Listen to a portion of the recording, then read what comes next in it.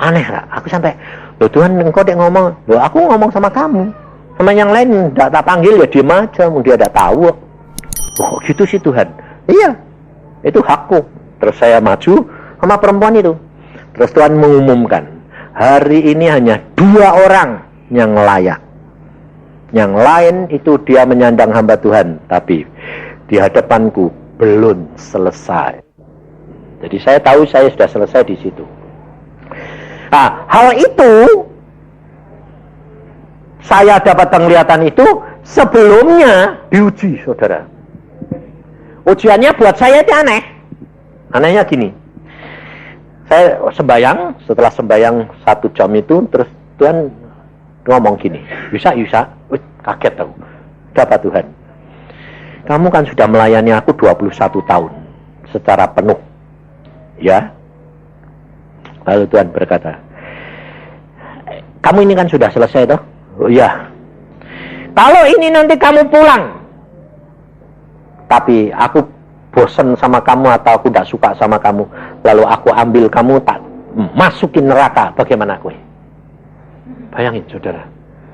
Kira-kira kalau saudara diomongin Tuhan, ditanya gitu, terus jawaban Ubi, pasti ada yang jawab, jangan Tuhan, betul. Terus ada yang jawab, masakan jam udah kamu segini engkau masukin neraka? Terus apa lagi? Aku sudah kerja Tuhan buat kamu, masakan engkau buang? Bukankah engkau Allah yang kasih? Macam-macam jawabannya, ya dah. Saya pada waktu itu bilang gini, Tuhan, ini kan hamba-Mu yang sudah engkau tebus. Engkau mau masukkan ke surga atau engkau masuk ke neraka, itu kan hak kamu toh. Bukan hak aku Tuhan, itu hakmu. Engkau berhak bertindak sesuai dengan kehendak-Mu. Saudara tahu apa jawaban Tuhan? Lulus kamu. Karena kamu rela aku buang sekalipun. Itulah hambaku. Saudara tahu.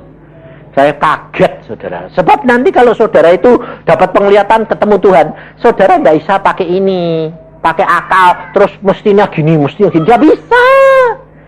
Semuanya terbuka.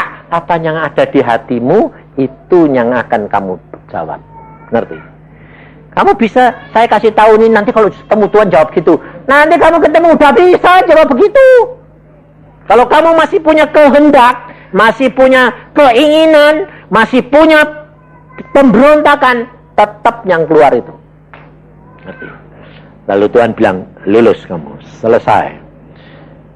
Engkau yang layak menyandang predikat hambaku. Saya baru tahu saudara, ada seorang hamba Tuhan yang lain mengatakan, di neraka sekalipun dia dapat penglihatan, dia pergi ke neraka. Orang-orang neraka itu, orang-orang di alam maut itu bilang gini, Yesus, kamu mbok lama-lama di sini, sebab kalau kamu di sini, aku mengalami kesejukan, tidak kepanasan. Jadi ternyata kalau aku dibuang sekalipun, kalau bersama dengan Yesus, ya tetap sejuk. Ngerti tidak? Jadi itu Tuhan menguji. Kenapa? Tuhan berkata, di mana pengikutanmu kepadaku? Yesus berkata apa? Kosongkan dirimu seperti aku, supaya Roh Kudus bisa berkarya di dalam hidup kamu, dan kamu akan menikmati kemuliaan demi kemuliaan bersama dengan Dia. Amin. Mari kita berdoa. Nanti biar disambung lagi hari ini kalau tidak salah Denny, atau nanti dari pengurus atau siapa lagi yang ada nanti. Tuhan Yesus, hamba-Mu sudah sampaikan kesimpulan ini yang Kau suruh hamba-Mu sampaikan, supaya anak-anak-Mu di tempat ini menyadari di mana mereka sedang berada saat ini, supaya mereka jangan sekali-kali menggerutu maupun menyalahkan Engkau. Karena kami tahu Tuhan, Kau mempunyai otoritas untuk bertindak apapun juga, karena itu adalah hak-Mu. Dan kami adalah hamba-hamba-Mu yang sudah Engkau beli dengan harga tunai. Maka dari itu kami mau Tuhan, karuniakan kepada anak-anak-Mu kepekaan, penurutan, pengertian, ketaatan, supaya mereka dapat mengerti, mengenal Roh Kudus dengan baik, dan melakukannya, menggenapkan rencanamu dalam hidupnya, sehingga namamu dipuji-puji di dalamnya. Terima kasih Bapa, dan kasih sayang dan setiamu. Dalam Tuhan Yesus kami percaya. Amin. Saudara, ayat yang hari ini dikasih Tuhan bagi kita itu sungguh-sungguh tepat, ya. Bahkan tadi ayah saya sudah singgung sedikit tentang pikiran dan perasaan Kristus, ya. Itu seringkali nggak bisa untuk langsung drastis dengan cepatnya, istilahnya pada waktu engkau terima Yesus, langsung dengan drastis engkau punya pikiran dan perasaan Kristus. Saya katakan itu nggak bisa. Itu harus ada langkah-langkahnya, dan langkah-langkahnya tadi sudah dibagikan sama ayah saya. Dan saya ingat dengan satu peristiwa juga, bahwa apa yang dia lakukan, bahwa yang terakhir tadi dia katakan bahwa ujian yang terakhir itu seperti tadi yang tadi sudah diceritakan, itu menguatkan apa yang saya dapatkan pada waktu keponakan saya meninggal dunia, ya. Pada waktu keponakan saya meninggal dunia yang umurnya cuma 3 minggu, itu pada waktu saya ditugaskan untuk membawakan firman di acara penutupan peti, saya sendiri mengatakan begini, Tuhan, apa yang harus saya khotbahkan? Tetapi pada waktu malam harinya saya tidur, di situ saya diajari sama Tuhan. Saya dikasih tahu mimpi, dan saya di dalam mimpi itu saya diajari secara 4 mata dengan Tuhan, ya. Jadi saya diajari langsung dengan Tuhan, bahwa Tuhan berkata begini, Levi sudah memenangkan pertandingan dan keluar sebagai keluar sebagai pemenang yang benar. Saya pikir begini, Tuhan umurnya 3 minggu dan dia ini belum bisa ngomong, dia ini belum bisa melakukan apa-apa, kok bisa dikatakan dia sebagai pemenang? Nggak mungkin dia menang. Nah, tetapi pada waktu acara penutupan peti itu, ayahnya memberikan kesaksian tentang kehidupan daripada anak ini dalam waktu 3 minggu. Saya tahu dengan pasti, ya, bahwa dia benar-benar sudah sampai tarafnya seperti yang diujikan terhadap diri ayah saya. Makanya tidak usah iri, saudara. Ayah saya menempuhnya 66 tahun. Levi 3 minggu selesai. Dan mungkin saudara mau berapa saya tidak tahu, ya. Tetapi saya katakan betul bahwa yang terakhir kita punya iman yang sesungguhnya. Iman yang sesungguhnya itu iman yang berkata, Tuhan, apapun yang kau berikan kepada aku, itu yang terbaik untuk aku. Itu iman yang sesungguhnya. Jadi iman yang sesungguhnya bukan iman yang mengimani. Aku imani ini, aku imani. Orang yang berkata begitu, itu nggak punya iman. Ya, tetapi iman yang sesungguhnya adalah iman yang berkata, Tuhan, apapun yang kau berikan, itu terbaik. Biarpun secara pandangan mata itu tidak baik, tapi itu terbaik. Itu iman yang sesungguhnya. Kenapa?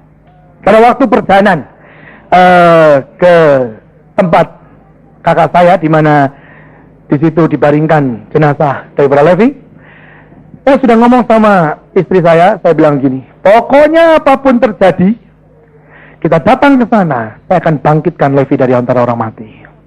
Mau bagaimana, mau semua setuju, tidak setuju, saya mau minta Levi bangkit. Karena saya dapat sesuatu firman secara khusus bahwa anak itu bangkit, tidak istilahnya tidak mati, bangkit, harus mati, harus bangkit. Jadi saya udah ngomong begitu. Jadi pada waktu itu kami sudah ya jalan begitu istilahnya, ya. Saya cuma mengumpulkan yang namanya kepercayaan saya, dan saya tetap berkata, tak bangkitin Tuhan dari antara orang mati. Dan tepat sudah pada waktu di tengah jalan kami berhenti, kami mau ngisi bensin. Setelah itu saya jalan lagi. Pada waktu kami jalan lagi, semua diam, karena ya namanya juga lagi keadaan sedang ya begitu, ya, nggak karuan lah istilahnya, ya. Sedang sedih dan segala sesuatu. Pokoknya semua lagi diam. Pada waktu diam itu, saya langsung dapat satu penglihatan yang benar-benar secara hidup dalam hidup saya belum pernah melihat penglihatan sejelas itu. Jadi saya sambil nyetir mobil, mata saya masih melotot ke depan, dan pandangan mata saya tetap ke mobil yang di depan, istilahnya begitu. Tetapi pada waktu itu saya melihat dengan jelas bahwa Levi itu ada di pangkuan daripada Tuhan Yesus. Ya. Pada waktu itu saya lihat dengan jelas Yesus seperti apa, duduknya seperti apa, dan di pangkuannya Tuhan Yesus itu ada Levi. Dan Levi mukanya, bentuknya beda. Beda dengan pada waktu saya dengan Sami nilik dia di rumah sakit. Jadi pada waktu saya lihat begitu, saya ngomong ini Levi, tapi Levi kok bentuk mukanya beda, tidak sama dengan pada waktu saya lihat begitu. Tapi saya tahu itu Levi. Makanya benar saudara, nanti di surga saudara akan tahu. Saudara bisa tahu ini siapa, tidak usah memperkenalkan nama, langsung saudara tahu. Ya, pada waktu itu saya tahu itu Levi. Dan pada waktu itu Levi ngomong sama saya. Dia ngomong gini, Om, saya di sini senang. Saya di sini sukacita. Saya di sini tidak sakit lagi, Om. Semua sakit penyakit hilang. Di sini saya senang. Tapi kata-kata ini saudara, yang saya tahu dengan jelas, dia sudah punya iman setinggi ayah saya. Dia ngomong gini, tapi Om, kalau Om tetap mau bangkitkan saya dari antara orang mati, saya mau untuk pulang ke dunia lagi. Terserah Tuhan. Nah, kata-kata itu saudara, itu bukan kata-kata sembarangan saudara. Ya, saya mau bagikan sedikit. Gak tahu kemarin pada waktu kakak saya kesaksian, saudara sudah dengar atau belum? Anak itu dari lahir, bahkan di kandungan pun anak itu sudah menderita. Lahir itu bukan sesuatu yang tidak penuh dengan penderitaan. Lahir, dari mulai dia lahir sampai dia meninggal, itu penderitaan. Dia sangat menderita. Ya, bahkan yang saya senang sekali gini, dia menderitanya seperti itu, tapi bisa ngomong, aku tidak apa-apa kalau aku balik lagi ke dunia. Itu yang luar biasa. Kita mungkin belum tentu bisa seperti itu, saudara. Bisa gini, wes aku menderita, sekarang aku ke surga, terus bisa ngomong gini lagi, wes Tuhan, aku tak ke dunia lagi, mau menderita lagi. Itu susah. Bahkan saya berkata gini, Tuhan, saya sebagai omnya saja tidak bisa untuk berkata seperti itu. Kalau belum waktunya, istilahnya sampai punya iman seperti itu. Memang saya pun sedang dididik untuk punya iman seperti itu, saudara. Tetapi saya jelas, makanya saya mau saksikan di tempat ini, bukan karena apa-apa, tapi saya saksikan kehidupan kebenaran saya, bahwa benar apa yang dikatakan ayah saya. Yang terakhir itu dituntut dari kita, itu yang namanya iman yang benar. Itu ujian terakhir. Abraham mempersembahkan Ishak. Dia tidak pernah pikir bahwa Ishak akan kembali. Tapi dia punya satu pemikiran, apapun yang terjadi, Tuhan tetap baik. Sampai dia akhirnya potong itu anak. Tapi sebelum dia mau potong anak itu, Tuhan berkata, stop, engkau benar-benar bapak orang beriman. Istilahnya ngomong begitu. Itu saudara. Makanya saudara sudah tahu akan hal ini. Tidak suatu kebetulan saudara ada di tempat ini. Saudara mengerti langkah-langkah kekristenan yang benar. Ya, saudara nanti suatu ketika, saya percaya, saudara pasti akan diuji dengan seperti ini. Dan jangan saudara berpikir bahwa nanti tenang aja, kalau aku diuji ini aku pasti bisa. Nol, saudara. Kalau tidak mulai dari sekarang, saudara belajar taat dan setia. Nol besar. Kalau tidak mulai dari sekarang, saudara mulai belajar. Aku mulai belajar, pokoknya merem apa yang Tuhan suruh aku lakukan. Biarpun aku nggak suka, kalau Tuhan suruh aku lakukan. Kalau engkau mulai belajar seperti itu, nanti suatu ketika engkau diuji seperti ini, saya percaya engkau akan keluar sebagai pemenang. Tapi kalau engkau sampai hari ini, Tuhan ngomong sesuatu, engkau masih berkata, aduh aku nggak bisa, ini bukan bagianku, aku nggak bisa. Waduh saudara, berubah. Karena apa? Ujian terakhir, pasti engkau akan gagal. Saya mau katakan hal ini. Pada waktu Tuhan Yesus di dunia ini, dia berkata, aku anak raja, aku punya semua. Tapi firman dalam Filipi tadi dikatakan, dia mengosongkan dirinya, dia mengambil rupa sebagai seorang hamba. Memang tidak dikatakan, coba dibuka Filipi 2. Lihat, baca Filipi 2. Ini Yesus, makanya kalau saudara tadi hari ini disuruh ngapalin yang namanya pikiran dan perasaan Kristus. Apa perasaan dan pikiran Kristus? Yaitu hamba. Hamba itu pikiran dan perasaan Kristus. Makanya kalau saya dapatkan seperti itu, saya tidak pernah iri. Karena apa? Memang dia itu punya yang namanya jubah budak. Itu dia punya. Ya, jubah seorang budak itu dia memang punya. Dan itulah tujuan akhir daripada kekristenan sebenarnya. Filipi 2 ayat yang kelima. Hendaklah kamu dalam hidupmu bersama menaruh pikiran dan perasaan yang terdapat juga dalam Kristus Yesus. Dan tadi kita hafalin. Yang walaupun dalam rupa Allah tidak menganggap kesetaraan dengan Allah itu sebagai milik yang harus dipertahankan. Melainkan apa? Telah mengosongkan dirinya sendiri dan mengambil rupa seorang hamba dan menjadi sama dengan manusia. Ini kuncinya. Ini kuncinya. Menjadi seorang hamba. Ini loh saudara, memang sulit. Tapi ya saya katakan bagaimana sulit ya ini. Kalau saudara berani menyanyi begini, ada lagu-lagu yang saat ini keluar dan sudah menjurus pada yang seperti ini. Ya, lagu ini seperti berikanku hati seperti hatimu. Loh, gampang nyanyinya. Di sana punya hati seperti Kristus, hamba. Dia punya semua, tapi dia tidak pernah minta fasilitas. Dengar baik-baik. Dia punya semua, tapi justru dia tinggalkan fasilitas itu. Dia hancurkan dirinya dan dia kosongkan dirinya. Dia berkata, aku melayani bukan untuk dilayani. Nah ini loh saudara. Makanya saudara harus mengerti hari ini. Keponakan saya cuma 3 minggu selesai. Tapi penderitaannya saudara lihat penderitaannya juga saudara tidak bisa. Saya dengan adik saya ke sana. Kami mau nangis ya malu gitu loh saudara, dalam arti karena sudah gede-gede gitu loh. Tapi kami lihat penderitaannya kami tidak kuat. Jadi sama-sama sebenarnya pulang dari rumah sakit itu kami diam. Tapi ya sebenarnya hati ini mau nangis semua. Karena apa? Penderitaannya terlalu berat. Dan kami pada waktu itu kami bilang, kok bisa seperti ini ya? Ini anak seorang hamba Tuhan, anak seorang yang berkenan hidupnya dari Tuhan. Kenapa kok sampai seperti itu? Tapi kita tidak ngerti semua. Tapi hari ini saya tahu. Karena anak itu harus dikorbankan. Segala sesuatu kalau menuju pada yang kemuliaan, yang lebih luar biasa. Dengar, ada yang harus dikorbankan. Itu benar. Dan kalau ada sesuatu tingkatan yang tinggi untuk diraih, pasti Tuhan pun meminta biasanya korban dalam bentuk darah. Dan kalau saudara lihat, memang tidak pernah dikatakan, tapi ayah saya bilang secara pribadi dengan saya, sebelum Levi meninggal, Levi itu sudah dioperasi. Ya, mungkin kakak saya sudah katakan. Pada waktu dioperasi, kalau sudah lihat jenazahnya, itu bagus, saudara. Itu mukanya itu persis dengan apa yang saya lihat dalam penglihatan. Jadi mukanya itu tidak sama dengan yang saya lihat dengan Semi pada waktu di rumah sakit. Di itu sama persis.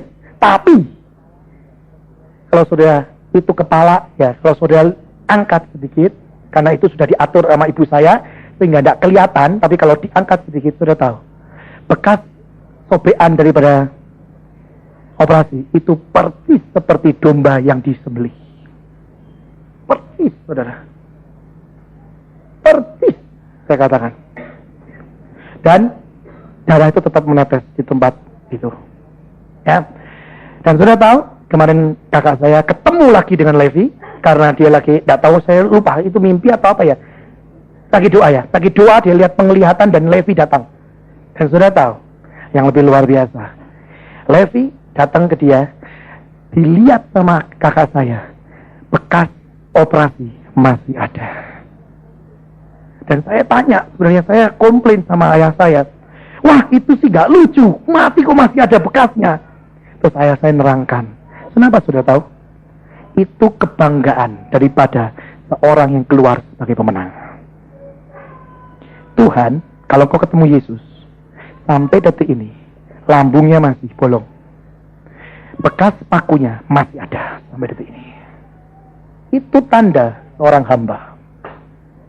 Dan keluar sebagai pemenang. Levi ya begitu. Jadi ketemu dengan ayah, dengan mamanya. Sampai mamanya ngeliatin gitu. Ada, ini bekas dibelek. Saudara. Makanya saya berkata, tidak usah iri-irian. Tidak usah lihat begini, aduh kamu bayarnya gimana ya. Kamu sekarang sudah tingkatan berapa. Tidak usahlah saudara. Ya. Sekarang kita berjuanglah semua sendiri-sendiri. bersama dengan Roh Kudus yuk. Ini sudah bukan waktunya lagi. Ada yang bayarnya cuma 3 minggu sampai di tingkat yang bagus. Ayah saya bayar sampai umur 66. Kita semua bayar saya tidak tahu sampai berapa. Tapi mari kita bangkit saat ini. Ini bukan waktunya main-main lagi. Bahkan ada beberapa hamba Tuhan yang ketemu dengan saya, dia berkata begini. Pada waktu saya khotbahkan sesuatu, dia berkata begini, betul Daniel apa yang kamu khotbahkan. Sekarang bukan waktunya lagi untuk minta. Pada waktu dia berkata gitu, saya berkata, betul, saya pun dapat seperti itu. Sudah bukan waktunya lagi kita seperti anak kecil yang minta terus. Tapi sudah waktunya kita menjadi dewasa. Lakukan, do something for Jesus. Lakukan buat Yesus dengan Roh Kudus yang memampukan saudara. Maka saudara akan dapatkan apa yang sudah lakukan untuk dia. Jadi jangan hanya seperti anak bayi yang pengen minum, nangis. Pengen makan, nangis. Nanti ada masalah, nangis. Nah, tapi kita harus berpikir, apa yang harus kita lakukan buat Yesus. Hadapi masalah itu bersama dengan Tuhan. Bukan meraung-raung dengan tangisan. Karena apa? Egois, pengen menang sendiri. Tidak. Tapi engkau menangis karena engkau menyesal. Engkau menangis karena engkau merasa, benar Tuhan, tanpa engkau aku tidak bisa hidup. Dan engkau menangis karena engkau jatuh cinta dengan Tuhan. Saya percaya, Matius 6 ayat 33, dapat Yesus, engkau dapat segalanya. Itu kuncinya saudara. Ya, maka dari itu saya katakan, bangkit. Jangan jadi anak SD lagi lah. Ayo, umur kekristenanmu sudah berapa bulan, berapa tahun? Ayo ndak, sesuai ndak dengan pertumbuhan iman kekristenanmu. Ya, jangan minta, sudah bukan waktunya minta, tapi melakukan buat Yesus. Sementara waktu-waktu yang sampai hari-hari ini, sebelum dia datang di awan-awan untuk menjemput kita, lakukan sesuatu buat Yesus. Lakukan, didik semua ini.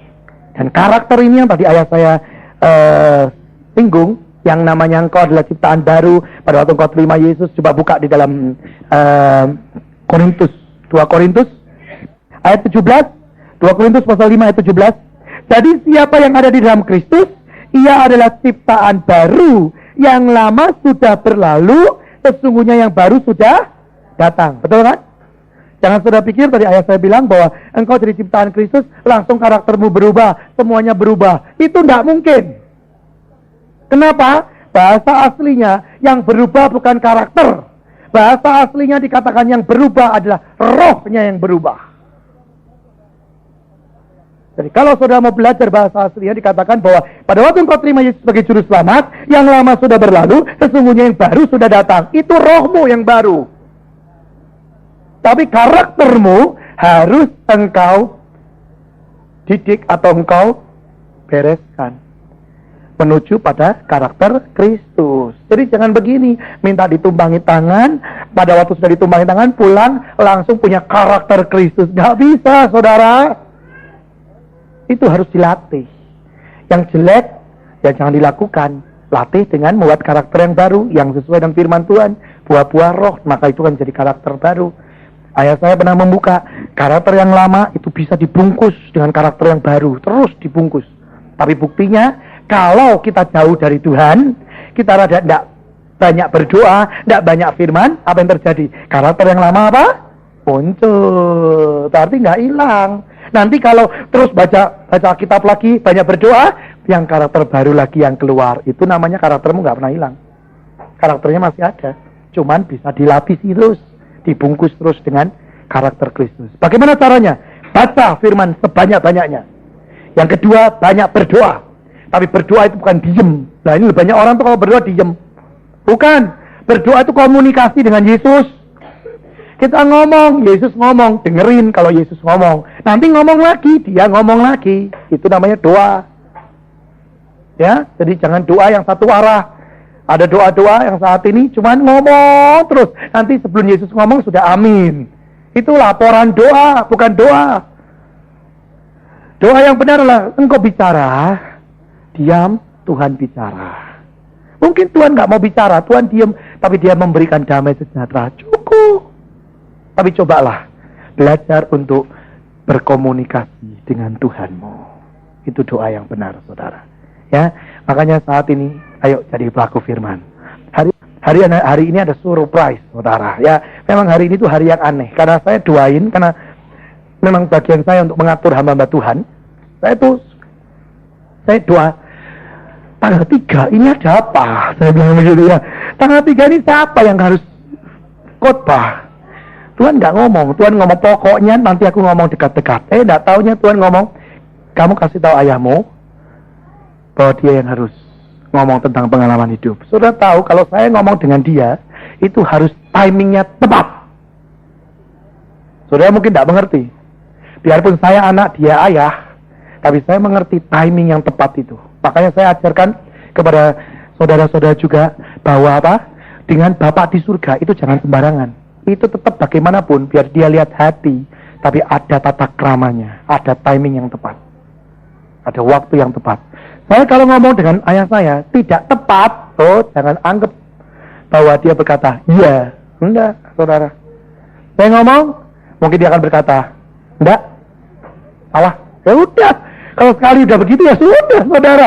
Tapi puji Tuhan, kali ini saya ngomong gini, Tuhan kapan ngomong? Tuhan berkata sekarang. Saya ngomong sama dia, dan akhirnya Tuhan ngomong juga. Makanya ada waktunya semua itu. Jangan asal sikat tembak terus, jangan. Semua itu ada waktunya. Kalau tepat, Tuhan akan beracara. Amin. Tapi kalau tidak tepat, rugi. Momentumnya hilang. Atau kesempatannya hilang. Berkatnya juga hilang. Betul nggak? Makanya belajar waktu Tuhan.